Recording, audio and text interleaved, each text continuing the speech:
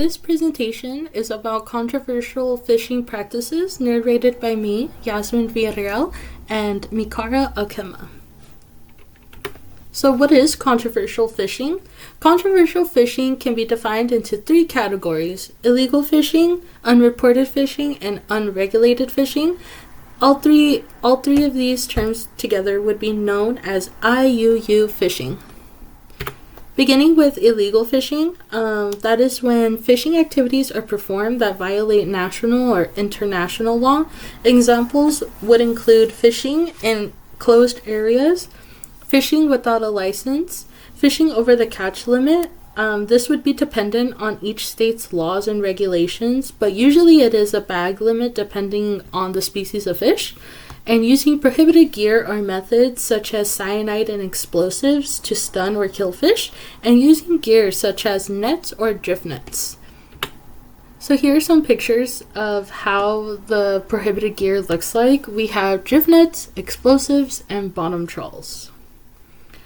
Moving on to unreported fishing and unregulated fishing. Unreported fishing is when fishing activities are unreported or misreported to associated authorities, which violates regulations or national laws. Examples would include incorrectly, falsely, or not reporting the location and time of fishing, and not reporting when fish are transferred from a fishing vessel to a cargo vessel, which is also known as transshipment. Not reporting this information allows for difficulty in tracking where the fish was sourced from and if it was legally caught. Unregulated fishing just refers to any practice, such as illegal or unreported fishing, that violates the regional fisheries management organizations, also known as RFMO. So what are the impacts of IUU fishing? The results of IUU fishing are overfishing and bycatch. Overfishing and bycatch have been detrimental to marine species, as well as endangered marine species, ecosystems, and places near the ocean. With overfishing, marine life and its ecosystems are severely affected. Food chains are disrupted and may eventually lead to extinction of marine species.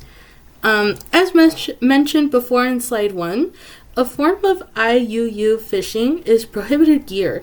When chemicals are used to catch fish, they can pollute the ocean and be toxic to marine life.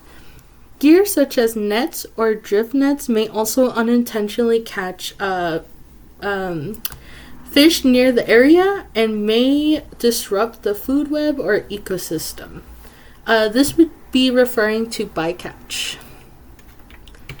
Here are some pictures showing species and places impacted by IUU fishing.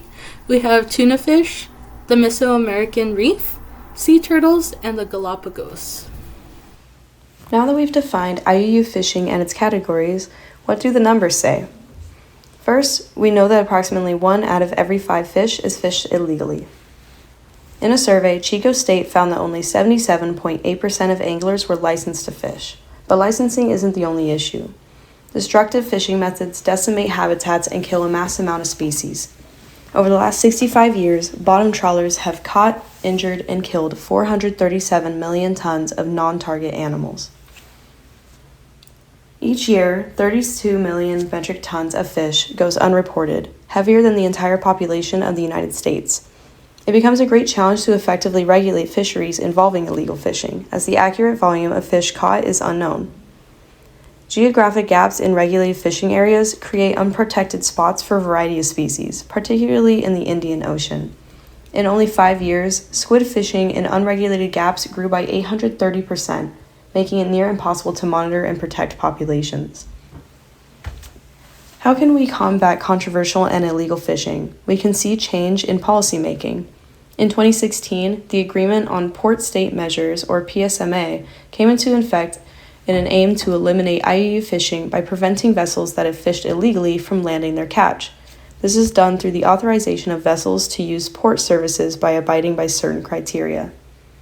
Additionally, we can promote change through public education and engagement with our community. An example is the Seafood Watch program, implemented by the Monterey Bay Aquarium as a current seafood guide for consuming from sustainable and legal fishing sources. By understanding the definition of illegal, unreported, and unregulated fishing, as well as its impact on ocean health and sustainability, we have the tools to combat controversial practices.